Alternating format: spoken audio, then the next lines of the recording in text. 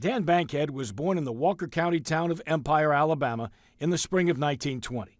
One of 5 superb baseball-playing brothers, Dan was a true star pitcher for his hometown Birmingham Black Barons, and then the Memphis Red Sox of the Negro Leagues. Started out in 1940, was an infielder, and real quickly the team realized this guy can pitch. And so he became a pitcher. And says historian Dr. Leighton Ravel, a darn good one. He was probably, in the mid-40s, the most dominant pitcher in black baseball. Even compared to fellow Alabamian Satchel Paige. Satchel Paige is probably one of the greatest pitchers to ever live. Started playing in the 20s, was still pitching into the 60s. But at the end of the day, Dan Bankhead wasn't Satchel Paige. He was Dan Bankhead. But in the summer of 1947, Dan Bankhead was at the top of his game and caught the eye of Branch Rickey, the visionary executive of the Brooklyn Dodgers. He felt he really needed pitching and went after Bankhead and took the opportunity to sign him. The Dodgers were in a heated pennant race, so things went fast. Dan Bankhead was on the mound for Memphis in the Negro Leagues on August 24th and won the game. Just 2 days later, he became the first black pitcher in the major leagues, starting for the Dodgers at legendary Ebbets Field in Brooklyn. His debut was a baseball disaster. Bankhead gave up 8 runs and hit a batter in less than 4 innings, punctuated by one shining moment, a rare feat. The only good thing to come out of that initial game was he had a home run in his first time at bat. And what a lot of people don't realize is Dan Bankhead, besides being a really good pitcher, was an excellent hitter.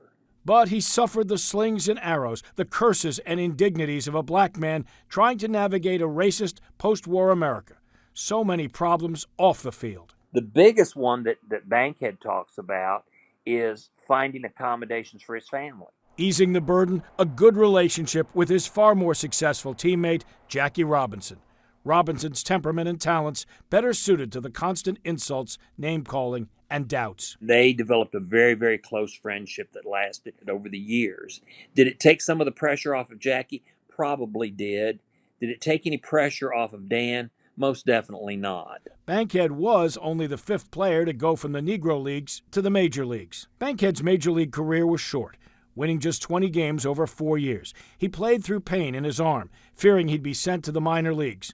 And indeed, he finished his career in Mexico. I think Dan Bankhead should be remembered for contributing to our understanding of integration in America. He was a pioneer. He was someone who endured the Negro Leagues in terms of play and uplifting his teammates and others. But had it not been for the Negro Leagues, then you don't have a place to nurture a player like Jackie Robinson. And Jackie Robinson comes along and becomes a trailblazer not only for baseball, but for American society. And Bankhead plays an important role in helping to preserve that legacy. A legacy with echoes here at venerable Rickwood Field, where Dan Bankhead heard the cheers for his Birmingham Black Barons 80 years ago. He died at a VA hospital just 1 day before his 56th birthday, but not before he saw the game he loved create opportunities for hundreds of other players, a few managers, and a smattering of executives who looked just like him. One of the black voices of Alabama. In Birmingham, Jeff Eliasoff, WVTM 13.